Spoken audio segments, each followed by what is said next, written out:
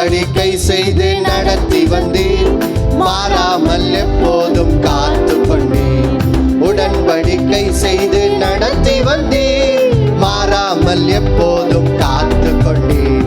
வார்த்தையினால் நீ சொன்னதெல்லாம் கரங்களினால் என்று நிறைவேற்றினீர். வார்த்தையினால் நீ சொன்னதெல்லாம் கரங்களினால் என்று நிறைவேற்றினீர். நன்றி நன்றி சொல்வோம் உயிருள்ளவரை, ஒன்றும் குறையாமல் காத்திடும் நல்லவரை. நன்றி நன்றி சொல்வோம் உயிருள்ளவரை, ஒன்றும் குறையாமல் காத்திடும் நல்லவரை. அன்பான தேவ பிள்ளைகள் எல்லோருக்கும் இயேசு கிறிஸ்துவின் நாமத்தில் வாழ்த்துக்களை தெரிவித்துக் கொள்கிறேன்.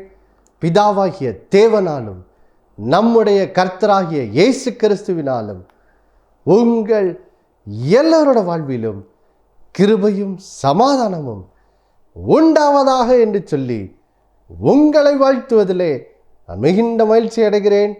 தேவ பிள்ளைகளே, நாம் கடந்த வாரத்திலிருந்து எப்படி பரிசுத்த ஆவியினால் நாம் பலனடைகிறோம் என்ற சத்தியத்தை நாம் தியானிக்க ஆரம்பித்தோம். இந்த வாரம் அதை தொடரப்போகிறோம். வாசிக்க கேட்கலாம். அப்போஸ்தலர் 1ஆம் அதிகாரம் 8வது வசனம். அப்போஸ்தலர் 1ஆம் அதிகாரம் 8வது வசனம். பரிசுத்த ஆவி உங்களிடத்தில் வரும்போது நீங்கள் பலனடைந்து எருசலேமிலும் யூதேயா முழுவதிலும் சமேரியாவிலும் பூமியின் கடைசி பரியந்தமும் எனக்கு சாட்சிகளாய் இருப்பீர்கள் என்றார். பாருங்கள் தேவ பிள்ளைகளே, இங்கே ஆண்டவர் பாருங்க ஒரு அருமையான வாக்கு தத்தத்தை அவருடைய சீஷர்களுக்கு சொல்லுகிறார். என்ன சொல்லுகிறாரு பாருங்க, அவர் பரலோகத்துக்கு செல்வதற்கு முன்னாடி அவர் தம்முடைய சீஷர்களுக்கு கொடுத்த கடைசி வாக்கு தத்தம், பேசிய கடைசி வார்த்தை இதான். பாருங்க என்ன சொல்கிறாரு. அதாவது அவர் பரலோகத்துக்கு போகிறார். இனி சீஷர்கள் தான் உலகமெங்கும் போய் என்ன செய்யணும், இயேசுவினுடைய சிலுவை பாடுகள் மூலம் உண்டான அந்த மகா பெரிய ரட்சிப்பின் நற்செய்தியை உலகமெங்கும் போய் அறிவிக்கணும். அப்போது அதை எப்படி செய்வாங்க? ஏன்னா அவங்களுக்கு வந்து பலன் கிடையாது, பலவீனர்களாக இருந்தாங்க. அப்போது ஆண்டவர் பாருங்கள் அவங்களுக்கு ஒரு வாக்குறுதியாக சொல்லுகிறார். என்ன சொல்கிறாரு? பரிசுத்த ஆவியானவர் உங்கள் மேல் ஊற்றப்படுவார், அதன் மூலம் நீங்கள் என்ன செய்வீர்கள்? பலனடைவீர்கள். பலனடையும் போது பாருங்கள் அவங்க எப்படி எருசலேம் தொடங்கி யூதேயா சமரியாவிலும் பூமியின் கடைசி பரியந்தமும் எப்படி அவர் இயேசுவுக்கு சாட்சியாக இருப்பார்கள் என்ற வாக்கு தத்தத்தை பாருங்கள் கர்த்தர் அவருடைய சீஷர்களுக்கு கொடுத்தார். பாருங்க, இந்த அப்போஸ்தல நடபடிகள் முழுவதும் இந்த வாக்கு தத்தம் எப்படி நிறைவேறிற்று என்பதை தான் பாருங்க இந்த அப்போஸ்தல நடபடிகள் முழுவதும் என்ன செய்கிறது, விவரிக்கிறது. பார்த்திங்கன்னா முதல் சில அதிகாரங்கள் எப்படி எருசலேம் முழுவதும் சுவிசேஷம் அறிவிக்கப்பட்டது என்று சொல்லி நாம் வாசிக்கிறோம். பின்பு பார்த்திங்கன்னா 8ஆம் அதிகாரத்துக்கு மேலே யூதேயா சமரியா பட்டணங்களுக்கு சுவிசேஷம் பரவி, பின்பு பார்த்திங்கன்னா பவுல் மூலமாக பூமியின் கடைசி பரியந்தமும் எப்படி இந்த கிறிஸ்துவின் நற்செய்தி சென்றது என்பதை பாருங்கள், இந்த வாக்குத்தத்தம் எப்படி முழுவதும் நிறைவேறிற்று என்பதை பாருங்கள் இந்த அப்போஸ்தல நடவடிக்கைகள் வந்து என்ன செய்கிறது, விவரிக்கிறது.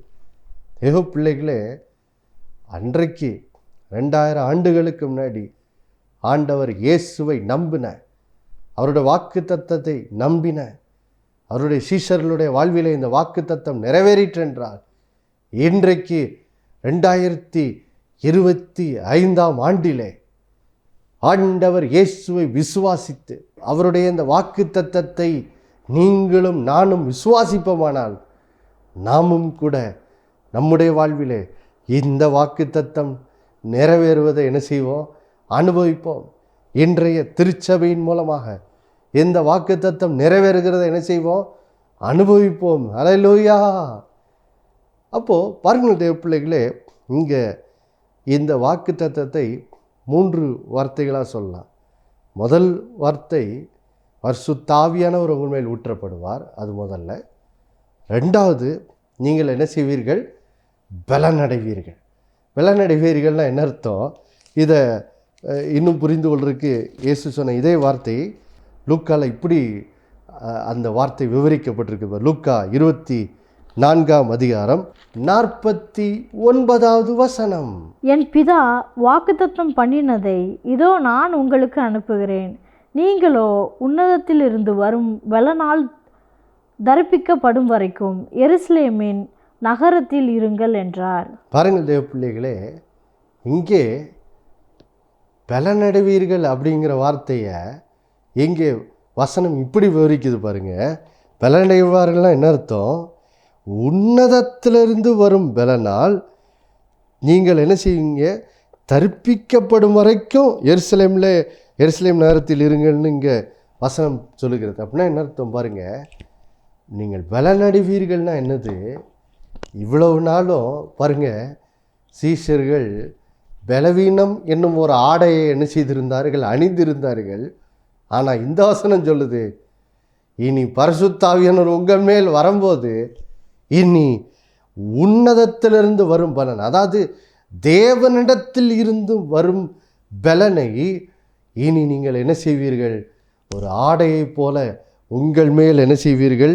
தரித்து கொள்வீர்கள்னு இங்கே வசனம் விவரிக்குது பாருங்க. அப்போது பரிசுத்த ஆவியான உங்களிடத்தில் வரும்போது நீங்கள் பலனடைவீர்கள்னா என்ன அர்த்தம்?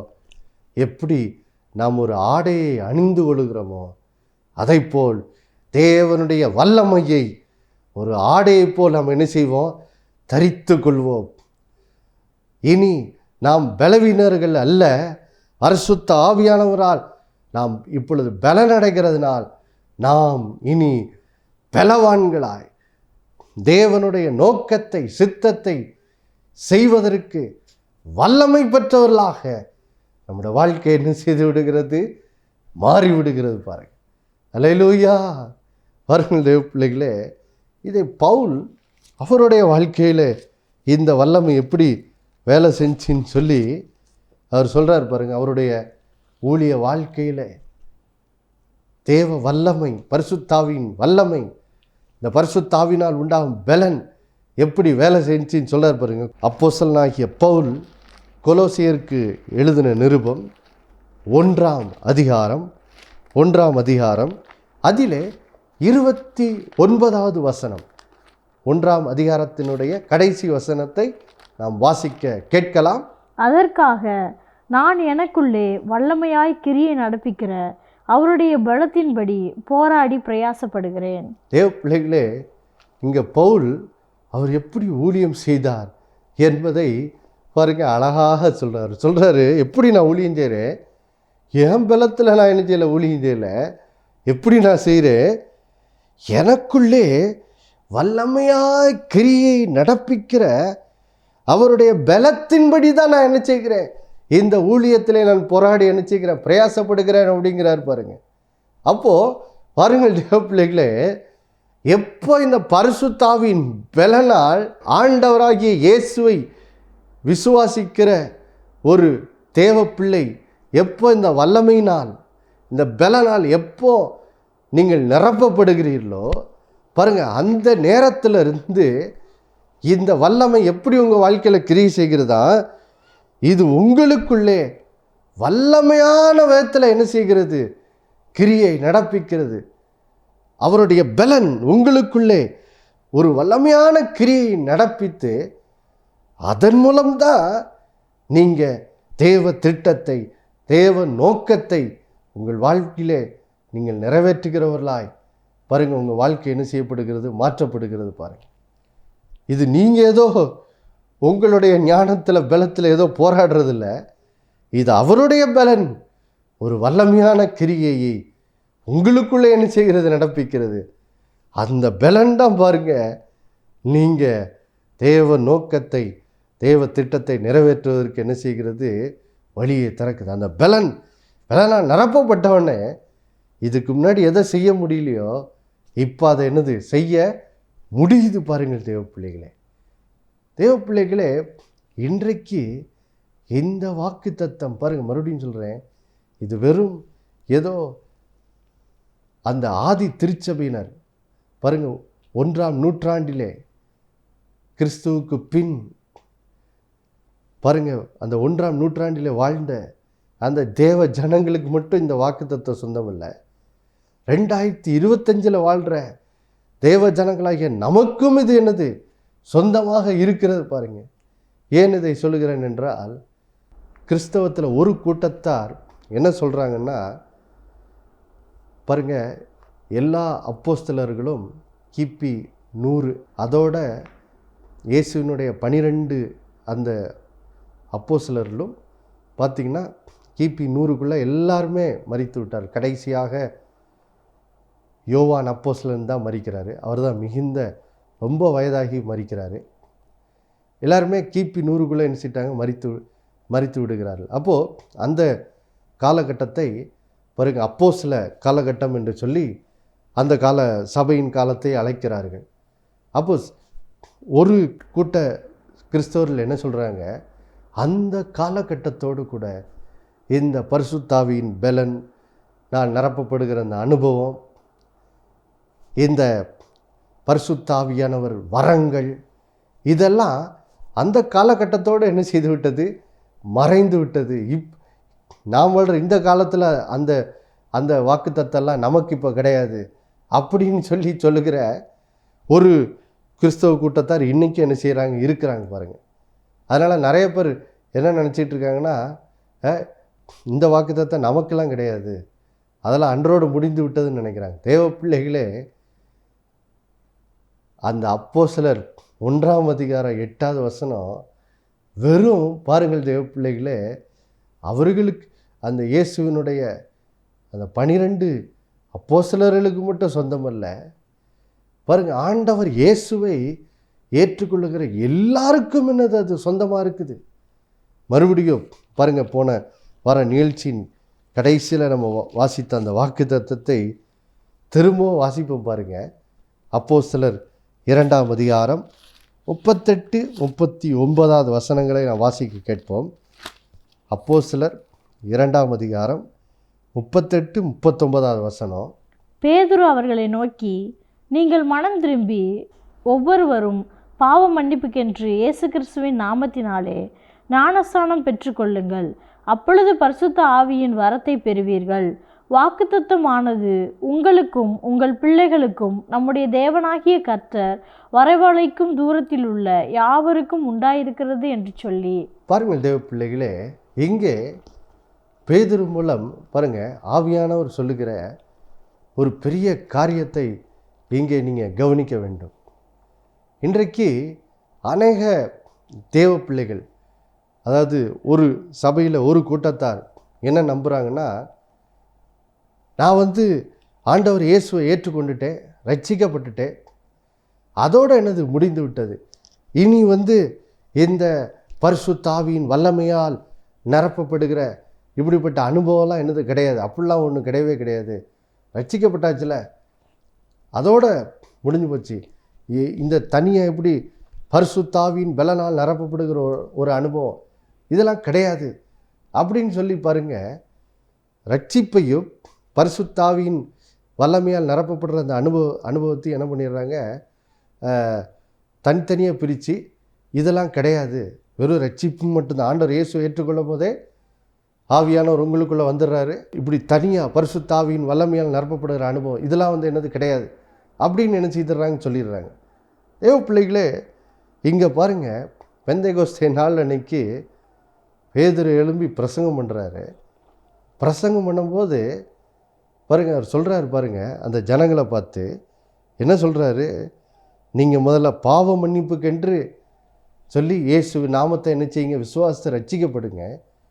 ரட்சிக்கப்படும் போதே பாருங்கள், அவர்களுக்கு கூடவே இந்த ஆசீர்வாதம், இந்த பெந்தைகோஸ்தே நாள் அன்னைக்கு இந்த 120 பேர் பெற்ற அந்த ஆசீர்வாதம் இப்போது பேதுருனுடைய பிரசங்கத்தை அன்றைக்கு கேட்ட ஒவ்வொரு ஜனங்களுக்கும் என்னது சொந்தம் என்று சொல்லி இங்கே பேதுரு என்ன செய்கிறார், சொல்லுகிறார். என்ன சொல்கிறாரு, முதல்ல சொல்கிறாரு, நீங்கள் ஒவ்வொருவரும் பாவ மன்னிப்புக்கென்று இயேசு கிறிஸ்து நாமத்தினால என்ன செய்யணும், ஞானஸ்நானம் பெற்றுக்கொள்ளுங்கள்.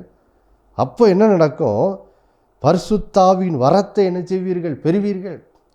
ரட்சிக்கப்படுங்க. ரட்சிக்கப்பட்ட பிறகு இந்த ஆண்டு ஆசீர்வாதத்தையும் சேர்த்து என்ன செய்யுங்க? பெற்றுக்கொள்ளுங்க. என்ன பெற்றுக்கொள்ளுங்க? பரிசுத்தாவின் வரத்தையும் பெற்றுக்கொள்ளுங்க. ஏன்?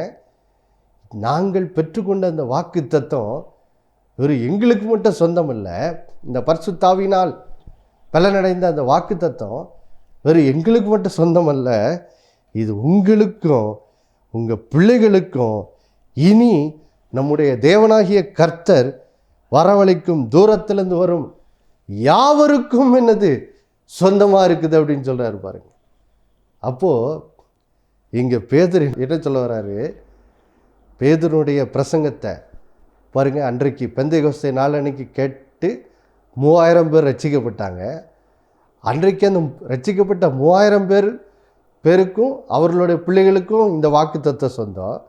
ஆனால் அவர்களுக்கு மாத்திரம் அல்ல, இங்கே சொல்கிறாரு பாருங்க, இனி வருங்காலங்களில் நம்முடைய தேவனாகிய கர்த்தர் வரவழைக்கும் தூரத்தில் உள்ள யாவருக்கும் அது என்னது சொந்தமாக இருக்குது அப்படின்னு சொல்கிறார். அப்போது பாருங்கள் தேவ பிள்ளைகளே, இந்த வசனத்தை நீங்கள் கேட்டுக்கொண்டிருக்கிறீர்கள். இந்த 2025ஆம் ஆண்டிலும் பாருங்கள், நீங்கள் இன்றைக்கி ஆண்டவர் இயேசுவை தொழுது கொள்கிறீர்கள் என்றால் அதுக்கு காரணம் தேவனாகிய கர்த்தர் உங்களை பாருங்கள் அவர் வரவழைத்திருக்கிறார். அதனால தான் இன்றைக்கி நீங்கள் ஆண்டவர் இயேசுவை சேவிக்கிறீங்க. அப்போது இந்த வாக்கு தத்தம் உங்களுக்கும் என்னது சொந்தமாக இருக்கிறது, உங்கள் பிள்ளைகளுக்கும் இது என்னது சொந்தமாக இருக்குது, உங்கள் பேர பிள்ளைகளுக்கும் இது என்னது சொந்தமாக இருக்குது. பாருங்கள், இது ஏதோ ஒரு புதிய ஏற்பாட்டில் சொல்லப்பட்ட ஒரு வாக்கு தத்தம் இல்லை. பாருங்கள், பழைய ஏற்பாட்டு காலத்திலேயே இந்த வாக்கு தத்தம் பாருங்கள் சொல்லப்பட்டிருக்குது. வாசிக்கலாமா? ஏசாயா தீர்க்க தரிசன புஸ்தகம் 44ஆம் அதிகாரத்துக்கு செல்வோம். பாருங்கள், இப்பொழுது 3வது வசனத்தை நாம் வாசிக்க கேட்போம். தாகமுள்ளவன் மேல் தண்ணீரையும் வறண்ட நிலத்தின் மேல் ஆறுகளையும் ஊற்றுவேன். உன் சந்ததியின் மேல் என் ஆவியையும் உன் சந்தானத்தின் மேல் என் ஆசீர்வாதத்தையும் ஊற்றுவேன். பாருங்கள் தேவ பிள்ளைகளே, இங்கே ஆவியானவர் எவ்வளோ அழகாக பாருங்கள். பழைய ஏற்பாட்டு காலத்திலேயே ஏசாயா தீர்க்கதரிசியின் மூலம் பாருங்கள் தீர்க்கதரிசனம் உரைக்கப்படுகிறது. என்னது? ஆண்டவர் சொல்கிறாரு, தாகமுள்ளவன் மேல் நான் தண்ணீரையும் வறண்ட நிலத்தின் மேல் ஆறுகளையும் என்ன செய்வேன்? ஊற்றுவேன். யார் மேலே ஊற்றுவேன்? உன் சந்ததியின் மேல் என் ஆவியையும் உன் சந்தானத்தின் மேல் என் ஆசீர்வாதத்தையும் என்ன செய்வேன்? ஊற்றுவேன்னு சொல்கிறாரு பாருங்க. அப்போது ஆண்டவர் சொல்கிறாரு, நீங்கள் கர்த்தரை விசுவாசிக்கிறீங்களா? அப்போது இந்த பரிசுத்தாவின் பலனை யார் மேலே அவர் ஊற்றுகிறாரா? யார் தாகம் உள்ளவர்களாக இருக்கார்களோ அவர்கள் மேல் அவர் என்ன செய்கிறார்? கர்த்தர் தம்முடைய ஆவியை என்ன செய்கிறார்? ஊற்றுகிறார். வருங்கள் தேவ பிள்ளைகளே, சிலர் கர்த்தருடைய வார்த்தை குறித்து அவிசுவாசப்பட்டுட்டு இந்த பரிசுத்தாவியினால் பலனடைகிற அனுபவம், இந்த பரிசுத்தாவியானவர் அருளும் வரங்கள், இந்த 1 கொரிந்தியர் 12 சொல்லப்பட்டிருக்கிற வரங்கள், இதெல்லாம் 1ஆம் நூற்றாண்டோடு கடந்து போயிடுச்சு, இப்போ அதெல்லாம் கிடையாது அப்படின்னு பாருங்க சொல்லிக்கிட்டு இருந்தோம்னா, இந்த பரிசுத்தாவின் பலன் அப்படிப்பட்டவர்களுக்கு என்ன செய்யாது? இது ஊற்றப்படாது. அப்படிப்பட்டவங்களுக்கு இது கிடைக்காது. இது யார் மேல் ஊற்றப்படுது?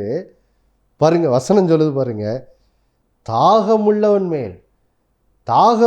மேல் கர்த்தர் என்ன செய்கிறார்? தம்முடைய ஆவியை என்ன செய்கிறார்? ஊற்றுகிறார். அல்லேலூயா. வெறும் பாருங்க, நம்மேல் மட்டும் இல்லை, இங்கே வசனம் சொல்லுது நம்முடைய சந்ததியின் மேலும் அவர் ஆவியை என்ன செய்கிறார்? ஊற்றுகிறார். பாருங்க, இன்னொரு வசனம் வாசிக்கலாம். ஏசாயா 59, ஏசாயா 59 அதில் கடைசி வசனம் 21வது வசனத்தை நாம் வாசிக்க கேட்போம். உன்மேல் இருக்கிற என் ஆவியும் நான் உன் வாயில் அருளின என் வார்த்தைகளும் இது முதல் என்றென்றைக்கும் உன் வாயிலிருந்தும் உன் சந்ததியின் வாயிலிருந்தும் உன் சந்ததியினுடைய சந்ததியின் வாயிலிருந்தும் நீங்குவதில்லை என்று கர்த்தர் சொல்லுகிறார். இது எனக்கு அவர்களோடு இருக்கும் என் உடன்படிக்கை என்று கர்த்தர் சொல்லுகிறார். பாருங்க, இங்க கர்த்தர் நான் ஒரு உடன்படிக்கையை உங்களோடு பண்றேன்னு சொல்றாரு. பாருங்க, என்ன உடன்படிக்கை அவர் சொல்லுகிறாரு, உன்மேல் இருக்கிற என் ஆவியும் நான் உன் வாயில் அருளிய என் வார்த்தைகளும் இது முதல் என்னது என்றைக்கும் வெறும் உங்கள் வாயில் மட்டும் இல்லை, அது உங்களுடைய சந்ததியின் வாயிலும், அதாவது உங்கள் பிள்ளைகளோட வாயிலும், அதோடு முடிகிறதில்ல, உன் சந்ததியின் வாயிலிருந்தும் நீங்குவதில்லை என்று கர்த்தர் என்ன செய்கிறார் சொல்லுகிறார். பாருங்க, அப்போ பாருங்கள் தேவ பிள்ளைகளே, இந்த பரிசுத்த ஆவியானவரால் நிரப்பப்பட்டு இந்த பலன் அடைகிற இந்த வாக்கு தத்தம் வெறும் பாருங்க ஏதோ ஆதி அப்போஸ்தலர்களுக்கு மட்டும் இல்லை, இது நமக்கும் நம்முடைய பிள்ளைகளுக்கும் நம்முடைய பேர பிள்ளைகளுக்கும் என்னது சந்ததியாய் இந்த வாக்கு தத்தம் நமக்கு சொந்தமானதாக இருக்கிறது. தேவ பிள்ளைகளே, இது வெறும் வாக்கு தத்தம் மட்டும் இல்லை, ஆண்டவர் சொல்கிறாரு, இது எனக்கு அவர்களோடு இருக்கும் என் உடன்படிக்கை என்று கர்த்தர் என்ன செய்கிறார் சொல்லுகிறார். இது ஒரு உடன்படிக்கை. பாருங்க, உடன்படிக்கை என்றால் என்ன அர்த்தம்? இது ஒரு நாளும் கர்த்தர் இதை வாக்கு தத்தம் பண்ணிட்டு இப்போ நான் அதெல்லாம் தர முடியாது அப்படிலாம் அவர் என்ன செய்ய முடியாது. அவர் சொன்ன உடன்படிக்கையை இனி மீற என்னது முடியாது.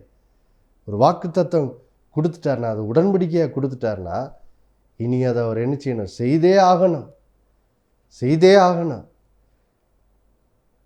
அதுதான் உடன்படிக்கையினுடைய வல்லமை. பாருங்க, ஏனென்றால் உடன்படிக்கை என்றாலே அங்கே எதை குறிக்கிறது?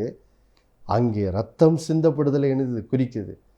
இயேசு கிறிஸ்து பாருங்க, அவர் அந்த கடைசி பஸ்கா பந்தி அனுசரிக்கும் போது சொல்லுகிறாரு, தம்முடைய சீஷர்களிடத்தில் சொல்லுகிறாரு, இது உங்களுக்காய் ஒரு புது உடன்படிக்கை உண்டு பண்ணும்படி சிந்தப்படுகிற என்னுடைய ரத்தமாக இருக்குதுன்னு சொல்கிறாரு. பாருங்க, அப்போது உடன்படிக்கை என்றாலே என்ன அர்த்தம்? அங்கே ரத்தம் சிந்தப்படுதலை குறிக்கிறது. அதுவும் யாருடைய ரத்தம்? இயேசுனுடைய ரத்தத்தை அங்கே என்ன செய்கிறது? குறிக்கிறது. பாருங்க, அப்போது இயேசுவின் ரத்தம் சிந்தப்பட்டு ஒரு உடன்படிக்கையை தேவன் நம்மோடு பண்ணியிருக்கிறார். என்னது? இந்த பரிசுத்த ஆவியினால் பலனடைகிற இந்த வாக்கு தத்தம் வெறும் பாருங்க, ஏதோ ஒரு சிலருக்கு இல்லை. போன வாரம் சொன்ன மாதிரி மறுபடியும் நினைப்பூட்டுக்கிறேன், ஏதோ பெந்தேகோஸ்தே என்று அழைக்கப்படுகிற ஏதோ ஒரு சபை பிரிவினருக்கு தான் இந்த வாக்கு தத்தம் போல். அதனால தான் பெந்தேகோஸ்தே 4 அன்னைக்கு ஊற்றப்பட்டிருக்கு. அப்போ இது ஏதோ பெந்தேகோஸ்தே கிறிஸ்தவங்களுக்கு உரியது போல். நாங்கள்லாம் பாரம்பரிய சபையில் உள்ளவங்க, எங்களுக்கெல்லாம் இது சொந்தம் இல்லை அப்படின்னு சிலர் நினைக்கிறாங்க. பாருங்கள் தேவப்பிள்ளை, மறுபடியும் சொல்கிறேன், பெந்தேகோஸ்தே என்ற வார்த்தை ஏதோ சபை பிரிவை குறிக்கலை. அது இயேசு உயிர்த்தெழுந்த பின் அதிலிருந்து 50வது நாளை பெந்தேகோஸ்தே என்றால் 50வது நாள், அவ்வளோதான். அதுதான் அதோட அர்த்தம். பாருங்கள், அந்த வார்த்தைக்கு சபை பிரிவுக்கு எந்த சம்மந்தம் என்னது கிடையாது. அப்போது பாருங்கள் தேவ பிள்ளைகளே, பெந்தேகோஸ்தே நாள், அந்த நாள் அன்னைக்கு கர்த்தர் தம்முடைய சீஷர்களுக்கு கொடுத்த வாக்கு தத்தத்தை என்ன செய்தார்? நிறைவேற்றினார். அது வாக்கு தத்தத்தின் நிறைவேறுதலின் நாளாக தான் என்ன செய்து இருக்குது. பாருங்கள், அப்போ பாருங்கள் தேவ பிள்ளைகளே, 2000 ஆண்டுகளுக்கு முன்னாடி கர்த்தர் தம்முடைய சீஷர்களுக்கு சொன்ன வாக்கு தத்தத்தை நிறைவேற்றினார் என்றால், இன்றைக்கு உங்களுக்கும் அவர் இந்த வாக்கு தத்தத்தை பேசியிருக்கிறார். இது நிச்சயமாய் உங்கள் வாழ்விலும், உங்கள் பிள்ளைகள் வாழ்விலும், உங்கள் பேரப்பிள்ளைகள் வாழ்விலும் இந்த வாக்கு தத்தத்தை அவர் என்ன செய்கிறார்? நிறைவேற்றுகிறார். தேவ பிள்ளைகளே, இந்த வாக்கு தத்தத்தை நிறைவேறுதலை பெற்றுக்கொள்ளும்படி நம்ம எல்லோரும் இப்போ சேர்ந்து ஜெபிக்க போகிறோம். ஒருவேளை உங்கள் பிள்ளைங்க பக்கத்தில் இருந்தால் இப்போ அவங்கள கூப்பிட்டுக்கோங்க. கூப்பிட்டு அவங்கள பக்கத்தில் உட்கார வச்சுக்கோங்க. பேரப்பிள்ளைகள் இருந்தால் அவங்களுக்கு ஒருவேளை பேரப்பிள்ளைகள் சிறு பிள்ளைகளாக இருக்கலாம், அது பற்றியில் ஒன்றும் இல்லை. பாருங்கள், ஏன்னா வாக்கு தத்தம் சொல்லுது அது பேரப்பிள்ளைகள் வரைக்கும் சொந்தம்னு. அப்போது பாருங்கள், எல்லாரும் பரிசுத்த ஆவியினால் நிரப்பப்படும்படி பாருங்கள், இந்த வாக்கு தத்தம் எல்லாருக்கும் என்னது சொந்தமாக இருக்கிறது. ஒருமனப்பட்டு நாம் ஜெபிக்கலாமா? இந்த தேவ வல்லமையினால் நிரப்பப்பட்டு இனி கர்த்தருக்காய் இந்த உலகத்தில் சாட்சிகளாய் வாழும்படி நாம் பலனால் நிரப்பப்பட, வல்லமையால் நிரப்பப்பட நம்ம எல்லாரும் ஒன்றுபட்டு ஜெபிக்கலாமே. எல்லாரும் கண்களை மூடி ஜெபிப்போம். அன்புள்ள பரலோக பிதாவே, ஆண்டவராகிய இயேசுவின் நாமத்தில் உன் சமூகத்தில் வருகிறப்பா, இந்த நாளில் கேட்ட அற்புதமான வார்த்தைகளுக்காக நன்றி ஆண்டவரே. இந்த பரிசுத்த ஆவியினால் பலனடைகிறது ஆண்டவரே, இது ஏதோ யாருக்கோ சொல்லப்பட்டதில்லை, இது எங்களுக்கும் எங்கள் பிள்ளைகளுக்கும் எங்கள் பேரப்பிள்ளைகளுக்கும் உரியது என்று சொல்லி அந்த நல்ல செய்தி எங்களோடு நாளில் நீர் பேசினதுக்காய் நன்றி ஆண்டவரே. இந்த வார்த்தைகள் உம்முடைய பிள்ளைகளை ஆண்டவரே இருதயத்தை தொடட்டும் ஆண்டவரே. ஆம், இந்த வாக்குத்தத்தத்தை எனக்குரியது தான். ஆமாம், நான் எனக்கும் இந்த வல்லமையை நான் படணும், நான் இனி ஆண்டவருக்காய் சாட்சியை வாழணும் என்று சொல்லி இந்த வார்த்தைகள் உம்முடைய பிள்ளைகளோட இருதயத்தோடு பேசட்டும் ஆண்டவர், பேசட்டும். பேசி ஆண்டவரை எனக்கும் இந்த என்னோட வாழ்க்கையிலும் இந்த வாக்குத்தத்தத்தை நிறைவேற்றும் என்று சொல்லுகிற ஒரு ஆசை, ஒரு தாகம் இப்பொழுது உம்முடைய பிள்ளைகளுக்குள்ளே இந்த வார்த்தைகள் மூலம் உண்டாகட்டும் அப்பா. நீங்கள் சொன்னீங்களே, தாகம் உள்ளவன் மேல் என் ஆவி ஊற்றுவேன்னு சொன்னீங்களே. இப்பொழுது உம்முடைய பிள்ளைகள் தாகத்தோடு இப்பொழுது இந்த வேளையில முன்னோக்கி கூப்பிடும் போதே இயேசுவின் நாமத்தினால் ஆண்டவர் உம்முடைய வார்த்தையின்படியே பரிசுத்த ஆவியினால் உம்முடைய பிள்ளைகளை நிரப்புங்கப்பா. நிரப்பி இப்பொழுதே உம்முடைய பிள்ளைகள் உன்னதத்தில் இருந்து வரும் பலனால் தரிப்பிக்கப்படுவார்களா என்று சொல்லி இயேசுவின் நாமத்தில் ஜெபிக்கிறோம் ஆண்டவரே. இந்த நாளிலிருந்து உடைய பிள்ளைகள் உமக்கு சாட்சிகளாய் வாழட்டும். வாழுகிற இடத்துல, வேலை செய்கிற இடத்துல, சபைக்கு போகிற இடத்துல, எல்லா இடத்திலும் இந்த பிள்ளைகள் உமக்கு சாட்சிகளாய் வாழும்படி இந்த நாளிலிருந்து பலன் அடையட்டும் இயேசுவின் நாமத்தினால். வாக்கு தத்தத்தை நிறைவேற்றினதுக்காக நன்றி. இயேசுவின் மூலம் வேண்டிக் கொள்ளுகிறோம் நல்ல பிதாவே, ஆமேன். மறுபடியும் அடுத்த வாரம் சந்திக்கு வர நினைப்பூட்டுகிறேன். இயேசுவே ஆண்டவர். ஒவ்வொரு நாளும் அவர் மேல் விசுவாசம் வைத்து வாழுங்கள். ஆமேன்.